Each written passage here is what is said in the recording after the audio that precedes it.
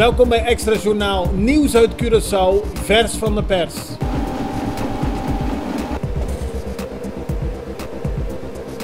En dit is het nieuws van vandaag.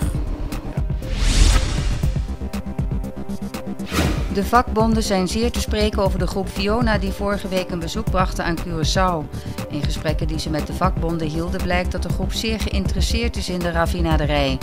Ze geven aan dat zonder de werknemers er geen voortbestaan kan zijn en ze geven aan dat het welzijn van de werknemers voorop komt te staan.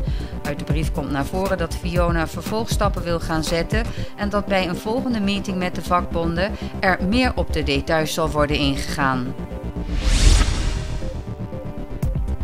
In een reactie op Twitter op de vangst van een grote partij cocaïne in een container op marinebasis Parera heeft de brigadegeneraal Jan de Vin aangegeven dat er een zero-tolerance beleid is als het gaat om drugs op de marinekazerne. Afgelopen vrijdag werd er in de haven van de marinebasis een container aangetroffen met cocaïne die klaar stond om naar Nederland te gaan. De autoriteiten zijn schaars met hun mededelingen over de vangst. De marechaussee vond de drugs bij een doorzoeking en het Openbaar Ministerie leidt het onderzoek. Oud-directeur van de Girobank Eric Garcia is niet in hongerstaking gegaan, maar kan het eten in de gevangenis niet verdragen. Bronnen bevestigen dat Garcia al 3 weken geen voedsel tot zich heeft genomen. Hij drinkt alleen nog water en zijn gezondheid is flink achteruit gegaan. De 79-jarige Garcia zit een straf van 5 jaar uit voor een aantal strafbare feiten. Vandaag wordt bekeken wat er aan de situatie van Garcia gedaan kan worden. Gerrit Schotten is in de gevangenis zondag begonnen met een hongerstaking. De politicus doet dit uit protest tegen de situatie in het SDKK, zo liet zijn advocaat weten. Afgelopen vrijdag was er een steekpartij tussen 2 gevangenen waarbij een man een aantal keren werd gestoken. Als represaillemaatregel heeft de directie besloten per 1 juli de gevangenen 21 uur lang in hun cel op te sluiten. Ze mogen maar 3 uur per dag hun cel verlaten. De situatie in de gevangenis blijkt niet alleen in blok 6 explosief te zijn. Ook in andere afdelingen neemt de spanning toe. Er zijn bronnen die melden dat gevangenen via hun advocaat een brief hebben geschreven aan mensenrechtenorganisaties.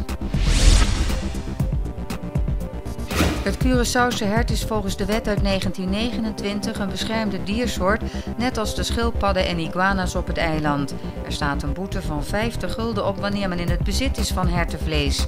Natuurorganisatie Karmabi vindt het tijd om de wet aan te passen en te moderniseren. Erik Houtenpen, onderzoeker en consultant van Karmabi, wijst op de gevaren van het eten van dit hertenvlees. Deze kunnen bepaalde ziektes overbrengen die voor het hert zelf niet schadelijk zijn, maar wel voor de mens. Afgelopen tijd zijn er steeds meer berichten dat het hertenbestand drastisch achteruit gaat door het neerschieten van de beesten. Het bestand zou nog maar uit 300 tot 350 dieren bestaan. De Golf Cup droom is over en uit. Het Curaçaose voetbalelftal heeft gisteravond in de kwartfinale met 1-0 verloren van de Verenigde Staten. De goal viel in de 25e minuut van de eerste helft. In de tweede helft werd Curaçao sterker en creëerde een aantal kansen. Een prachtig schot van Bakuna kort voor tijd werd nog net door doelman Steffen van de Verenigde Staten over het doel getikt. En ook deze keer weer een hoofdrol voor keeper Eloy Rom. Maar het mocht niet baten. Coach Remco Vicentini kan terugkijken op een geslaagd toernooi. Men behaalde nooit eerder een plaats in de kwartfinales. Het Curaçao Senior League baseballteam is in Puerto Rico kampioen geworden.